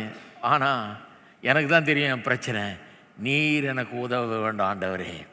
என்ன மாதிரி பவர்ஃபுல் ஆர்கியூமெண்ட் பாருங்கள். நீர் உதவலைன்னா யார் எனக்கு உதவுவா? ஆகவே நீர் எனக்கு உதவ வேணும், ஆகவே தான் உம்மிடத்தில் வர்றேன். இப்படி ஒருத்தர் கேட்டால் மறுப்பு சொல்லுவீங்களா நீங்கள்? கேட்குறவனுக்கே தெளிவாக இருக்குது, ஏன் ஜபத்துக்கு பதில் வேணுங்கிறதுல எவ்வளோ தெளிவு இருக்குது பாருங்கள். 2ஆம் வசனத்தில் பார்க்கலாம், நான் பக்தி உள்ளவன். தமிழில் கொஞ்சம் ஒரு மாதிரி வந்திருக்கு, பக்தி உள்ளவன். எல்லாருக்கும் இந்த உலகத்தில் பக்தி இருக்குது பாருங்கள், பக்தி பெருக்கெடுத்து ஓடு சில நேரத்தில். அதனால் பக்தி நான் வழங்கலை நமக்கு. இங்கிலீஷ் பைபிளில் பார்த்தீங்கன்னா I am faithful to you, I am devoted to you அப்படின்னு வருது. அப்படின்னா என்ன அர்த்தம்? அதாவது நான் உம்மோடு ஒரு உடன்படிக்கையில் இருக்கிறேன். உடன்படிக்கையினால் ஒரு ஒப்பந்தம் மாதிரி. அந்த உடன்படிக்கை திருமணத்தை பற்றி பேசும்போது சொன்னேன் இல்லையா, மாப்பிள்ளையும் பொண்ணும் வாக்கு கொடுத்துக்கிறார்கள். இந்த வாக்கின் மூலமாக இணை விரியாத விதத்தில் இணைக்கப்படுகிறார்கள், அதுதான் உடன்படிக்கை இல்லையா. அப்போ அவன் சொல்கிறான், கர்த்தாவே நீரும் நானும் ஒரு உடன்படிக்கையில் இணைஞ்சிருக்கிறோம், நீர் என்னுடைய ஆண்டவர், நான் உமக்காக இந்த உலகத்தில் வாழுகிறவன், உம்முடைய சிருஷ்டிப்பு, உம்மால் நேசிக்கப்பட்டவன் நான், நீர் என் ஆண்டவர்.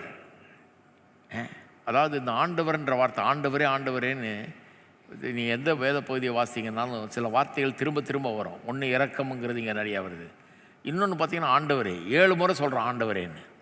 அடோனாய் என்று எபிரேய வழியில் வருது, ஆண்டவரேன்னு அர்த்தம். அதாவது இந்த ராஜாவுக்கு அவர் ஆண்டவர்ன்றத திரும்ப திரும்ப சொல்கிறான், ஆண்டவரே. எல்லாம் ஊரே இவனை சொல்லுது ஆண்டவனே ஆண்டவனேன்னு. ராஜாவை அப்படி தான் கூப்பிடுவாங்க, ஆண்டவனேன்னு. ஆனால் இவன் சொல்கிறான், இவன் போய் ரூமை சாத்திக்கிட்டு ஆண்டவரே ஆண்டவரே ஆண்டவரே ஆண்டவரே ஆண்டவரே ஆண்டவரே ஆண்டவரேன்றான். 7 முறை ஆண்டவரே ஆண்டவரேன்றான். அப்போ என்ன ஒரு ஆர்கியூமெண்ட் பாருங்கள். நீர் ஆண்டவர், ஒரு உடன்படிக்கையின் மூலமாக நீர் ஆண்டவர், நான் உம்மை நம்பி இருக்கிறேன், எனக்கு பதில் சொல்லி ஆகணும், நீர் எனக்கு நீர் உதவி செய்து ஆகணும்னு கேட்குறான். 3ஆம் வசனத்தில் பார்க்கலாம், நாடோறும் உம்மை நோக்கி கூப்பிடுகிறேன், I call to you all day long. அப்படின்னா என்ன? அதாவது கர்த்தர் பதில் சொல்லணும்னு எந்த ஒரு நிபந்தனையும் கிடையாது. அவர் பெரியவர் பாருங்கள், அவர்கிட்ட நம்ம கண்டிஷன்லாம் போட முடியாது, அவரை யாரும் டிக்டேட் பண்ண முடியாது, இப்படி தான் செய்தாகணும்லாம் சொல்ல முடியாது. ஆனால் அப்பேற்பட்ட ஆண்டவர், நீ கூப்பிடு நான் பதில் சொல்கிறேன்னு சொல்கிறார். ஆமென். சொல்லணும்னு அவசியமே கிடையாது, ஆனால் அவர் சொல்கிறாரு நீ கூப்பிடு நான் உனக்கு. அதுவே எவ்வளோ பெரிய கிருபை பாருங்கள். அவர் ஜெபத்துக்கு பதில் அளிக்கிற தேவன். அதனால் தாவீது சொல்கிறான், கர்த்தாவே நான் இங்கே கூப்பிட்டுக்கிட்டே இருக்கிறேன், நீர் பதில் அளிக்கிற தேவன், பார்க்குறீரா, நான் நாடோறும் உம்மை நோக்கி கூப்பிடுறேன், நீர் எனக்கு பதில் அளிக்கணும், நீர் தான் சொன்னீர் கூப்பிட சொல்லி, நான் கூப்பிட்டுட்ருக்கிறேன், எனக்கு பதில் வேணும். என்ன மாதிரி ஆர்கியூமெண்ட் பாருங்கள். 4வது, for to you O lord I lift up my soul. 4ஆம் வசனம், ஆண்டவரே உம்மிடத்தில் என் ஆத்துமாவை உயர்த்துகிறேன். அந்த ஆண்டவரே திருப்பி திருப்பி வரும், உம்மிடத்தில் என் ஆத்துமாவை நான் உயர்த்துகிறேன். இந்த இங்கிலீஷில் சொன்னால் தான் இது நல்லா வரும். For to you O lord I lift up my soul. இந்த ஃபார் டு யூன்னு வருது பாருங்க, என்ன அர்த்தம் தெரியுமா?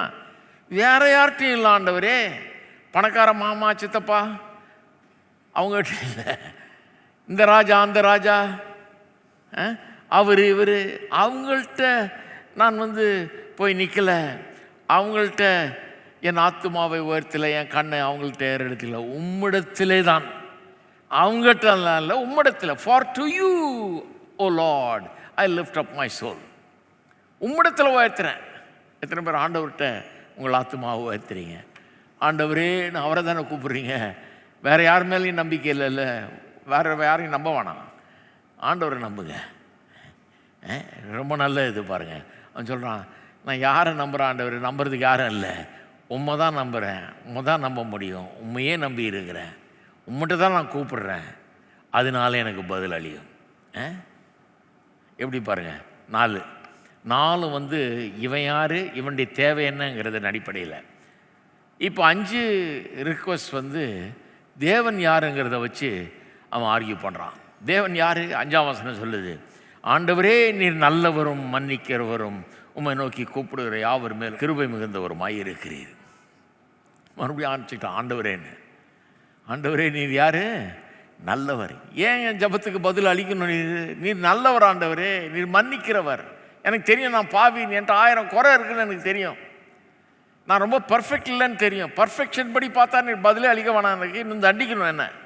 ஆனால் நான் கிருபையின் அடிப்படையில் இல்லை கேட்குறேன், நீர் மன்னிக்கிறவர், நீர் நல்லவர் ஆண்டவரே, ஆகவே எனக்கு பதில் அளியும். என்ன மாதிரி ஆர்கியூமெண்ட் பார்த்தீங்களா? இந்த மாதிரி ஆர்கியூமெண்ட்டில் கடவுள் விரும்புகிறார். தான் ஸ்பர்ஜன் சொல்கிறாரு, God is pleased with this. அது அவர் கேட்கறதுக்கு இனிமையாக இருக்கிறது. ஏனென்றால் இதெல்லாம் ஒரு மனுஷன் கடவுளை எப்படி சார்ந்திருக்கிறான், நம்பி இருக்கிறான், அவரையே நோக்கி கொண்டிருக்கிறான்றதை காட்டுது. அவனுடைய மேன்மை அவன் பேசலையே. சொல்கிறான், ஆண்டவரே நீர் நல்லவர், நீர் மன்னிக்கிறவர்னு. 6வது 7ஆம் வசனத்தில் வருது, நீர் என்னை கேட்டருள்வீர், யூ வில் ஆன்சர் மீ. நான் துயரப்படுகிற நாளில் உம்மை நோக்கி கூப்பிடுவேன், நீர் என்னை கேட்டு, யூ வில் ஆன்சர் மீ, நீர் எனக்கு பதில் அளிப்பீர். 1ஆம் வசனத்தில் உம்முடைய செவியை சாத்து விண்ணப்பத்தை கேட்டருள்ன்றான். இங்கே சொல்கிறான், இல்லை நீ பதில் அளிப்பீர். ஏன்னா நீதிமானுடைய விண்ணப்பம் அதிக பலனுள்ளதாக இருக்கிறதுன்னு வேதம் சொல்லுது. யாக்கோபு 5:16 இல்லையா? prayer of a righteous man avails much. prayer of a righteous man is powerful, it is effective. நீதிமானுடைய ஜபம் வல்லமை உள்ள ஜபம், அது வேலை செய்கிற ஜபம், அந்த ஜபம் பதிலை கொண்டு வருகிற ஜபம். அப்போ அவன் சொல்கிறான், யூ வில் ஆன்சர் மீ, நீர் எனக்கு பதில் அளிப்பீர். ஏன்னா நீர் என்னை நீதிமானாக எண்ணுகிறீர், ஏன்னா உம்முடைய தயவு என்னுடைய பாவத்தை எல்லாம் மன்னித்து என்னை ஏற்றுக்கொண்டிருக்கிறது. அந்த விதத்தில் நான் நீதிமான். என்னை ஏற்றுக்கொள்வது நீர் தீர்மானம் பண்ணது, என்னை மன்னிக்கிறது நீர் தீர்மானித்தது. ஆகவே நான் உமக்கு முன்னால் உம்முடைய முகத்தை ஏறெடுத்து பார்க்குறேன், நீர் எனக்கு பதில் அளிப்பீர் என்றான். 8வது 13ஆம் வசனத்தில் வருது பாருங்கள், நீர் எனக்கு பாராட்டின உம்முடைய கிருபை பெரியது. For great is your love toward மீன்னு வருது இங்கிலீஷில். சில மொழிபெயர்ப்புகளில் for great is your mercy toward மீன் வரும். இந்த மெர்சின்ற வார்த்தை அல்லது லவ்ன்ற வார்த்தை ஹெசத் என்கிற வார்த்தையிலேருந்து வருது. லவ்விங் கைண்ட்னஸ்ன்னு இங்கிலீஷில் பல முறை மொழிபெயர்க்கிறாங்க, தயவுன்னு மொழிபெயர்க்கிறாங்க, தமிழில் பல விதமாக அன்புன்னு மொழிபெயர்த்துறாங்க, கிருபைன்னு மொழிபெயர்க்கிறாங்க, எல்லாம் ஹெசத் தான். நான் சொல்கிறான், அவனுடைய ஹெசத் இது பைபிளில் ரொம்ப முக்கியமான எபிரேய வார்த்தை, பவர்ஃபுல் வார்த்தை, அது ரொம்ப பெரியது. எத்தனை பேர் நம்புறீங்க கர்த்தருடைய அன்பு ரொம்ப பெரியது? என்ன ஆர்கியூமெண்ட்டு? உங்களுடைய அன்பு எவ்வளோ பெரியது ஆண்டவரே, உங்களுடைய அன்பு ரொம்ப பெருசு அப்படிங்கிறான். எப்படிப்பட்ட அன்பு? உடன்படிக்கையின் அன்பு, எசதுன்றது. உடன்படிக்கையில் கடவுள் என்ன பண்ணிட்டாரு? நான் தகப்பேன், நீ பிள்ளை மாதிரி அப்படின்ட்டார். தகப்பன் பிள்ளை எப்படி நேசிக்கிறானோ அப்படி நான் நேசிப்பேன், உன்னை காப்பாற்றுவேன் அப்படின்ட்டார். அப்போ அவன் சொல்கிறான், நீ தகப்பன் நான் பிள்ளைன்னா உங்களுடைய அன்பு எவ்வளோ பெருசு, தயவு எவ்வளோ பெருசு, என்னை மன்னிச்சு உங்கள் பிள்ளைங்களை நீங்கள் மன்னிக்கலையா, ஏற்றுக்கொள்ளலையா, வேண்டியதெல்லாம் செய்யலையா, யோசிச்சு பார்த்து செய்கிறீங்க, அவங்க கேட்குறதுக்கு முன்னாடியே செய்கிறீங்க, அவங்க கஷ்டப்படும் போது இறக்கப்படுறீங்க, தயவு காட்டுறீங்க. சொல்கிறாரு, கர்த்தாவே உங்களுடைய அன்பு பெரியது அப்படின்றான். 9வது 17ஆம் வசனத்தில் வருது, கர்த்தாவே நீர் எனக்கு துணை செய்து என்னை தேற்றுகிறவர் அப்படிங்கிறான். பழைய அனுபவங்களை யோசித்து பார்க்குறேன், நீர் எனக்கு எப்போல்லாம் கஷ்டம் இருந்ததோ அப்போல்லாம் எனக்கு உதவி செஞ்சுருக்கிறீர், என்னை தேற்றி இருக்கிறீர். You have help me and you have comforted me. என்ன ஆர்கியூமெண்ட்டு? இப்போவும் எனக்கு பண்ணாத. எத்தனை தடவை எனக்கு பண்ணியிருக்கிறீர், காப்பாற்றி இருக்கிறீர், எனக்கு உதவி செஞ்சுருக்கிறீர், என்னை தேற்றி இருக்கிறீர், இப்போ எனக்கு பண்ணாண்டவர்.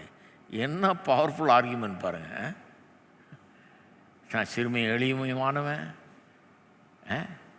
நான் உமக்கு உண்மை உள்ளவனாக இருக்கிறேன், உமக்காகவே வாழ்ந்துக்கிட்டு இருக்கிறேன், உம்மை நோக்கி கூப்பிட்டுக்கிட்டே இருக்கிறேன், என் நேரமும் என்னுடைய ஆத்துமாவை உம்மிடத்தில் தான் உயர்த்துறேன், வேற யார்ட்டு நான் போல உதவிக்கு. நீர் நல்லவர், நீர் நிச்சயமாக பதில் அளிக்கிறவர் நீர், அதனால தான் நான் ஜெபம் பண்ணுறேன். உம்முடைய கிரியைகள்லாம் அற்புதமானது. பதிலளிக்கிறவர் மட்டும் இல்லை, நீர் பதிலளிக்க கூடியவருமாய் இருக்கிறீர், எல்லாவற்றையும் செய்ய வல்லவருமாய் இருக்கிறீர். அற்புதமானது. உடைய அன்பு மிக பெரியது. என் மேலே வச்சிருக்கிற அன்பு ரொம்ப பெருசு. நீர் எனக்கு எப்போதும் உதவி செய்திருக்கிறீர், என்னை தேற்றி இருக்கிறீர். என்ன மாதிரி ஆர்கியூமெண்ட்ஸ். அதனால தான் ஸ்பர்ஜன் சொல்கிறாரு, கர்த்தர்கிட்ட ஜெபம் பண்ணும்போது அவர் ஏன் உங்களுக்கு பதில் சொல்லணுங்கிறதுக்கு காரணம் சொல்லுங்கன்றார். அது உங்களுக்கு நல்லது. ஏன்னா அதை காரணத்தை கரெக்டாக சொன்னீங்கன்னா அப்போ உங்களுடைய வேண்டுதலே சரியான வேண்டுதல்னு அர்த்தம். கரெக்டாக சொல்ல தெரிலன்னா, அதை சரியாக யோசிக்க தெரியலன்னா உங்கள் வேண்டுதலே சந்தேகமாக இருக்குதுன்றார். சரியான வேண்டுதலா? எவ்வளோ பெரிய ஒரு வெளிப்பாடு பாருங்கள். வெளிப்பாடு கவனிச்சிங்களா? எவ்வளோ பெரிய வெளிப்பாடு. இந்த 9 ஆர்கியூமெண்ட்ஸையும் எடுத்துக்கங்க, இதை ப்ராக்டிஸ் பண்ணுங்கள், இதை கர்த்தருக்கு முன்னால் வைங்க. எதுக்கு கர்த்தர் உங்கள் ஜெபத்துக்கு பதில் அளிக்க வேணுங்கிறதுக்கு இதை சொல்லுங்கள். ஆண்டவரே, இந்தந்த காரணம் இப்படியெல்லாம் இருக்குது, இதனால நீர் செய்தரணும். இதை எங்கே கற்றுக்கிட்டான் அவன்? கர்த்தருடைய கிருபையை பற்றி சொன்னான் இல்லையா? கிருபை தான் இது எல்லாத்தையும் இந்த சங்கீதத்துக்கு அடிப்படைன்னு.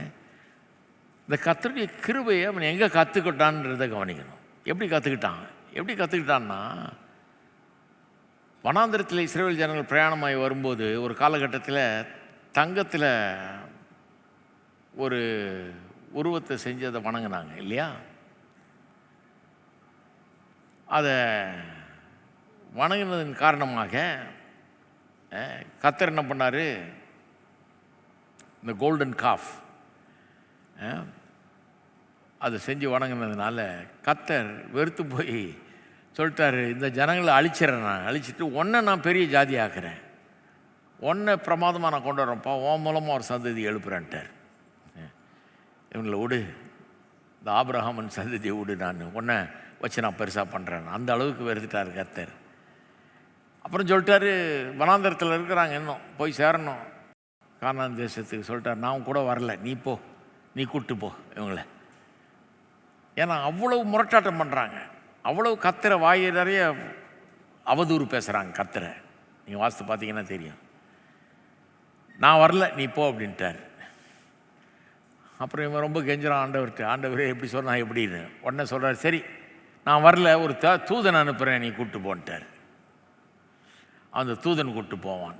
இவன் சொல்லிட்டான், இல்லை இவ்வளோ நேரம் நீர் வந்தீர், அங்கேருந்து வெளியே கொண்டு வந்து முதற்கொண்டு சிவந்த சமுத்திரத்தை கடந்தது முதற்கொண்டு எல்லாம் நீர் பண்ணி நீரே கூட வந்தீர். இப்போ உம்மை விட குறைவான ஒரு ஆள் அனுப்பிச்சா அப்படி, தேவதூதன் அனுப்பிச்சா அப்படி, எனக்கு அது வேணாம், நீர் தான் வரணும், நீர் வராவிட்டால் நான் போகவே மாட்டேன் அப்படிங்கிறான். நீர் வராவிட்டால் நான் போக மாட்டேன்றான். அப்போ 3 விண்ணப்பங்களே ஆண்டவருக்கு முன்னால் அவன் ஏறெடுக்கிறான். யாத்திராகமம் 33ஆம் அதிகாரத்தில் இதை நீங்கள் பார்க்கலாம். 3 விண்ணப்பங்களே அவன் ஏறெடுக்கிறான். முதலாவது விண்ணப்பம் என்னன்னா 13ஆம் வசனத்தில். இதை வாசிக்கும் போது பாருங்கள், தாவீதுக்கு ஐடியாலாம் எங்கேருந்து வந்ததுன்னு உங்களுக்கு கிளீனாக தெரியும். முதலாவது விண்ணப்பம் 13, உம்முடைய கண்களில் இப்பொழுது எனக்கு கிருபை கிடைத்ததானால் நான் உம்மை அறிவதற்கும் உம்முடைய கண்களில் எனக்கு கிருபை கிடைப்பதற்கும் உம்முடைய வழியை எனக்கு அறிவியும். பார்த்தீங்களா? உம்முடைய வழியை எனக்கு, எப்பேற்பட்ட பிரச்சனையில் இருக்காங்க, அவன் சொல்கிறான், கர்த்தாவே நாங்களாம் பாவிங்க, எவ்வளோ புத்தி சொன்னாலும் கேட்க மாட்டேங்கிறானுங்க, அவனுங்க என்ன பண்ணாலும் வணங்க மாட்டேங்கிறாங்க, இப்படிப்பட்ட மோசமான ஆட்களாக இருக்கிறாங்க, உம்முடைய வழியை எங்களுக்கு போதியும் ஆண்டவரே, காண்பியும். இதைத்தான் பிடிச்சிக்கிட்டான் தாவீது. இதே ஜபத்தை தான் அவனும் செய்கிறான், உடைய வழியை எங்களுக்கு அறிவியும் அப்படின்னு அவன் ஜெபம் பண்ணுறான். இது நாம் எல்லாரும் ஜெபிக்க வேண்டிய ஒரு ஜெபம். எல்லாருமே கர்த்தருடைய வழியை நாடணும், தேடணும், அதை அறிந்து கொள்ளணும். அதை ஜெபம் பண்ணும்போது கர்த்தருக்கு பிரியமாகறார். அவன் மேலே கோபமாக இருந்தவர் திரும்புகிறாரு. சரி, வழியை எனக்கு அறிவிங்க, நாங்கள்லாம் குறைவுள்ளவர்கள், என்ன பண்ணுறது, உடைய வழியை எங்களுக்கு காண்பிக்கன்றான். அடுத்தது சொல்கிறான், ரெண்டாவது ஜெபம் என்னன்னா, தேவதூதன் ஆண்டவரை நீரே எங்களை கூட்டு போகணுன்றான். 15ஆம் வசனம். அப்பொழுது அவன் அவரை நோக்கி, உம்முடைய சமூகம் என்னோட கூட செல்லாமற் போனால் எங்களை இவ்விடத்திலிருந்து கொண்டு போகாதிரும். இங்கேருந்து நீர் எங்களை கொண்டு போக வேணாம், நீர் போகலன்னா நான் போகல, நாங்கள் போக வேண்டியது இல்லை அப்படிங்கிறான். அதுக்கும் பதில் கொடுக்குறார் கர்த்தர் பாசிட்டிவாக. என்ன சொல்கிறார்? அப்பொழுது கர்த்தர் மோசேயை நோக்கி, நீர் சொன்ன இந்த வார்த்தையின்படியே செய்வேன், என் கண்களில் உனக்கு கிருபை கிடைத்தது, உன்னை பேர் சொல்லி அழைத்து அறிந்திருக்கிறேன் என்றார். சரி, ரெண்டாவது பதிலுக்கு ஜெபம் கிடச்சிருச்சு. மூணாவது ஒரு ஜெபத்தை பண்ணுறான். மூணாவது ஜெபம் அது எங்கன்னா 18ஆம் வசனத்தில் இருக்குது. அப்பொழுது அவன் உம்முடைய மகிமையை எனக்கு காண்பித்திரளும் என்கிறான். இது இம்பாசிபிள் ப்ரேயர். இது அவனுக்கு இதை செய்யவே முடியாது. அவன் என்ன சொல்கிறான்? கர்த்தாவே உம்முடைய மகிமையை எனக்கு காண்பித்தரலன்னா உம்முடைய முழு மகிமையோடு நம்ம பார்க்கணும். இப்போ மேகம் மூடிக்கிட்டு இருக்குது, இல்லை பேர்னிங் புஷ்ஷில் பார்த்தேன், எரியிற அந்த முட்செடியில் பார்த்தேன், அப்படி இப்படின்னு ஜாடமாடியாக பார்த்தேன் ஒழிய நேராக பார்க்கல. உம்முடைய மகிமையை நான் பார்க்கணும், நீர் எப்படி இருக்குதுன்றது நேரடியாக பார்க்கணும், முகமுகமாக நம்ம பார்க்கணும், அந்த கிருபை எனக்கு தாரோம் அப்படின்னு ஜெபம் பண்ணுறான். அப்போ கர்த்தர் சொல்லிட்டாரு, இல்லை, என்னுடைய தயையெல்லாம் 19ஆம் வசனம், உனக்கு முன்பாக கடந்து போக பண்ணி கர்த்தருடைய நாமத்தை உனக்கு முன்பாக கூறுவேன். எவன் மேல் கிருபையாக இருக்க சித்தமாக இருப்பேன் அவன் மேல் கிருபையாக இருப்பேன், எவன் மேல் இரக்கமாக இருக்க சித்தமாக இருப்பேன் அவன் இரக்கமாக இருப்பேன் என்று சொல்லி, நீ என் முகத்தை காண மாட்டாய், ஒரு மனுஷனும் என்னை கண்டு உயிரோடு இருக்கக்கூடாது என்றார். பின்னும் கர்த்தர், இதோ என் நண்டையில் ஒரு இடம் உண்டு, நீ அங்கே கண்மலையில் நில்லு, என் மகிமை கடந்து போது நான் உன்னை அந்த கண்மலையின் வெடிப்பிலே வைத்து நான் கடந்து போக மட்டும் என் கரத்தினால் உன்னை மூடுவேன். கண்மலையின் வெடிப்பில் கொஞ்சம் கேப் இருக்குது, அவனை உள்ளே வச்சிட்டாரு, கேப் இருக்குது, அந்த கேப்பில் நான் என் கையை வச்சு மூடிக்கிறேன்றார். மூடுவேன், பின்பு என் கரத்தை எடுப்பேன், அப்பொழுது என் பின்பக்கத்தை காண்பாய், என் முகமோ காணப்படாது என்றார். என் முகமோ காணப்படாது என்றார் சொல்லிட்டு 34ஆம் அதிகாரத்தில் 5-7 சொல்கிறார். கர்த்தர் ஒரு மேகத்தை என்ன நடந்ததுன்னு சொல்கிறார். எப்படி அவனை கண்மலையில் வைத்து கையை வச்சு மூடி அவரை காட்டுறாருன்னு சொல்கிறாரு. கர்த்தர் ஒரு மேகத்தில் இறங்கி அங்கே அவன் அருகே நின்று கர்த்தருடைய நாமத்தை கூறினார். கர்த்தர் அவனுக்கு முன்பாக கடந்து போகிற கர்த்தர் அப்படி கடந்து போகிறார், தன்னுடைய நாமத்தை கூறுறார். கடந்து போகிற போது அவர் கர்த்தர் சொல்கிறார், அனௌன்ஸ் பண்ணுறார், ஆண்டவர் நான் தான், கர்த்தர் கர்த்தர் கர்த்தர் அப்படின்னா கவனிப்பா நான் தான் அப்படிங்கிறாரு. நான் தான் போயிட்டுருக்கேன் பாரு அப்படின்றாரு. அப்புறம் தன்னை அவரே வர்ணிக்கிறார். இதுதான் பைபிள்லேயே மிகப்பெரிய வெளிப்பாடு பாருங்க. கர்த்தர் கர்த்தர் அவர் யாரு? இரக்கமும் கிருபையும் நீடிய சாந்தமும் மகா தயமும் சத்தியமும் உள்ள தேவன், 1000 தலைமுறைகளுக்கு இரக்கத்தை காக்கிறவர், அக்கிரமத்தையும் மீறுதலையும் பாவத்தையும் மன்னிக்கிறவர். இருக்கீங்களா? இது இஸ்ரவேல் ஜனங்களுக்கு கிடைத்த மிகப்பெரிய வெளிப்பாடு, மிகப்பெரிய வெளிப்பாடு. இது அவருடைய உள்ளத்தில் அப்படியே பதிஞ்சிருச்சுன்றாங்க. இது பல முறை திரும்ப திரும்ப பழைய ஏற்பாட்டில் வருது, அது சொல்லப்படுகிறது. நெகேமியா 9:17, சங்கீதம் 103:8, சங்கீதம் 145:8, யோவேல் 2:13, அப்புறம் யோனா 4:2. மறுபடியும் இந்த மனுஷரெல்லாம் சொல்கிறாங்க. யோவேல், யோனா, சங்கீதக்காரன் எல்லாம் நெகேமியா எல்லாரும் நினைவு கூறுறாங்க. இதை எங்கேயோ மோசேட்டு சொன்னதை, அந்த ஒரு வார்த்தை எவ்வளோ தூரம் அப்போ இந்த ஜனங்கள் மத்தியில் அது எவ்வளோ பேசப்பட்டிருக்க வேண்டும், எவ்வளோ அறியப்பட்டிருக்க வேண்டும்னு நினச்சி பாருங்கள். என்னது அது? கர்த்தர் யாருன்றது. கர்த்தர் யார் அப்படின்னு கேட்டிங்கன்னா, இஸ்ரவேல் மக்கள் ஒரு காரியத்தை நல்ல வேதத்தை அறிஞ்சு கர்த்தரை நேசிக்கிற மக்கள் சொல்லுவாங்க, ஐயோ அவர் இரக்கம் உள்ளவர், கிருபை உள்ளவர், நீடிய சாந்தம் உள்ளவர், மகாதய உள்ளவர், கர்த்தர் சத்தியமுள்ள தேவன், உண்மையானவர் அவர். 1000 தலைமுறைகளுக்கு இரக்கத்தை காக்கிறவர், அக்கிரமத்தையும் மீறுதலையும் பாவத்தையும் மன்னிக்கிறவரையா எங்க கர்த்தர். அப்படியே உள்ளத்தில் பதிஞ்சிருச்சு. அதுதான் தாவீதின் உள்ளத்திலையும் பதிஞ்சிருச்சு. அதனால தான் அவன் தன்னுடைய சங்கீதத்தில் சொல்கிறானே, 5ஆம் வசனத்தில் பாருங்கள், சங்கீதம் 86 5ஆம் வசனத்தில் அதை லேசாக சுருக்கமாக சொல்கிறான். ஆண்டவரே நீர் நல்லவரும் மன்னிக்கிறவரும், உம்மை நோக்கி கூப்பிடுகிற யாவர் மேலும் கிருபை மிகுந்தவருமாயிருக்கிறீர். எங்கேருந்து வருது? யாத்ரா 34 5-7 வரை உள்ள வசனங்கள். அப்புறம் 15ஆம் வசனத்தில் இன்னும் கொஞ்சம் விவரமாக சொல்கிறான். ஆனாலும் ஆண்டவரே நீர் மன உருக்கமும் இரக்கமும் நீடிய பொறுமையும் பூரண கிருபையும் சத்தியமும் உள்ள தேவன். எங்கேருந்து வருதுங்க? யாத்ரா 34 5-7 எப்படி வருது பாருங்கள். உள்ளம் அதனால் நிறைந்து இருக்கிறது. உங்கள் உள்ளமும் என் உள்ளமும் அதனால் நிறைய வேண்டும். அவர்களுக்கு மோசையின் மூலமாக கிடைத்த வெளிப்பாடு தான் இருந்தது. நமக்கு கல்வாரி சிலுவையின் மூலமாக கிடைத்த வெளிப்பாடே இருக்கிறது. அவர் எவ்வளவு இரக்கம் உள்ளவர், எவ்வளவு கிருபை உள்ளவர், எவ்வளவு மன்னிக்கிறவர், எவ்வளவு தயவு உள்ளவர், எந்த அளவுக்கு போவார், தன்னுடைய சொந்த குமாரனையே தருகிறவர் அவர் அப்படிங்கிறது கல்வாரி சிலுவையின் மூலமாக அதை காட்டிலும் ரொம்ப பெரிய வெளிப்பாடாக நமக்கு வந்து கிடைச்சிருக்குது. ஆனால் அந்த பழைய ஏற்பாடு வெளிப்பாடு ரொம்ப முக்கியம். ஆனால் அந்த வார்த்தைகள் ரொம்ப முக்கியம் பாருங்கள். கர்த்தர் இரக்கமும் கிருபையும் நீடிய சாந்தமும் மகாதயமும் சத்தியம் உள்ள தேவன், 1000 தலைமுறைகளுக்கு இரக்கத்தை காக்கிறவர், அக்கிரமத்தையும் மீறுதலையும் பாவத்தையும் மன்னிக்கிறவர். அந்த வார்த்தைகள் அவருடைய தயை, இரக்கம், கிருபை, நீடிய சாந்தம், சத்தியம், மன்னிக்கிற குணம், 1000 தலைமுறைகளுக்கு இரக்கத்தை காக்கிற அந்த குணம், இதெல்லாம் உள்ளத்தில் அப்படியே ஆழமாய் நமக்கு பதிய வேண்டும். நம்ம எல்லாரும் எழுந்து நின்று நாம் அதை சொல்லி சொல்லி ஜெபம் பண்ணுவோம். இந்த யாத்ராமத்தில் இருக்கிற அந்த வார்த்தைகளை நம்ம சொல்லி சொல்லி கொஞ்ச நேரம் ஜெபம் 2 நிமிஷம் ஜெபம் பண்ணுங்க. கர்த்தர் எப்படிப்பட்டவர்ன்றது உள்ளத்தின் ஆழத்தில் பதியட்டும். இது அப்படியே மனப்பாடம் பண்ணுவோம். இது உள்ளத்தில் பதியிட்டு கல்வாரி சிலுவையிலே அதை பார்க்கிறோம். செய்து காட்டுறார் கல்யாணம். மனுஷனாய் வந்து அன்னைக்கு மோசே கடவுளை பார்க்க முடியல. இயேசு சொல்கிறார், என்னை கண்டவன் பிதாவை கண்டிருக்கிறான்றாரு. அப்போ நம்முடைய ஆண்டவர் எப்படி? இயேசுவை பாருங்கள். இயேசு சிலுவையில் மரித்தவர். சிலுவை மரித்த இயேசுவை பாருங்கள்.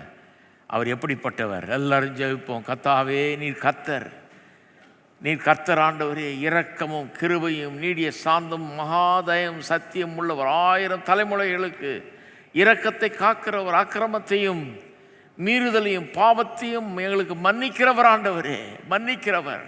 ஓ உமக்கு ஸ்தோத்திரம் ஸ்தோத்திரம்.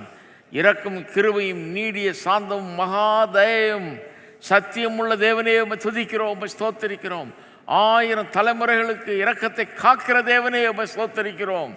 அக்கிரமத்தையும் பாவத்தையும் மீறுதலையும் மன்னிக்கிறவரே உம்மை துதிக்கிறோம் துதிக்கிறோம் துதிக்கிறோம். கர்த்தாவே எவ்வளவு தயமிக்க தேவன் நீர், எவ்வளவு பெரியவர் நீர், எங்களுடைய தேவன். ஓ இது எங்களுக்கு தைரியத்தை தருகிறது, ஜெபிக்க தைரியத்தை தருகிறது, உம்முடைய வருகிற தைரியத்தை தருகிறது, உமக்கு முன்பாக நிற்கக்கூடிய தைரியத்தை தருகிறது, கேட்கக்கூடிய தைரியத்தை தருகிறது, பெற்றுக்கொள்ளக்கூடிய நிச்சயத்தை எங்களுக்கு தருகிறது. நிச்சயமாக எங்கள் ஜெபத்தை கேட்பீர், பதில் அருள்வீர் என்கிறதை நாங்கள் நம்புகிறோம், விசுவாசிக்கிறோம் ஆண்டவரே. ஓ உமக்கு ஸ்தோத்திரம். உள்ளங்கள் இன்றைக்கு இதனால் நிறைந்திருப்பதாக. ஒவ்வொரு நாளும் கர்த்தாவே ஜனங்கள் இதை தியானிப்பார்களாக. இந்த வார்த்தைகளை தியானித்து இதனால் நிரம்பட்டும் உள்ளங்கள் மகிழட்டும். இதை திரும்ப திரும்ப சொல்லட்டும் கர்த்தாவே. இது உள்ளத்தில் ஒரு பெரிய உறுதியை உண்டாக்கட்டும், ஜெபிக்கும் போது பெரிய தைரியத்தை உண்டாக்கட்டும், விசுவாசத்தை உண்டாக்கட்டும் கர்த்தாவே.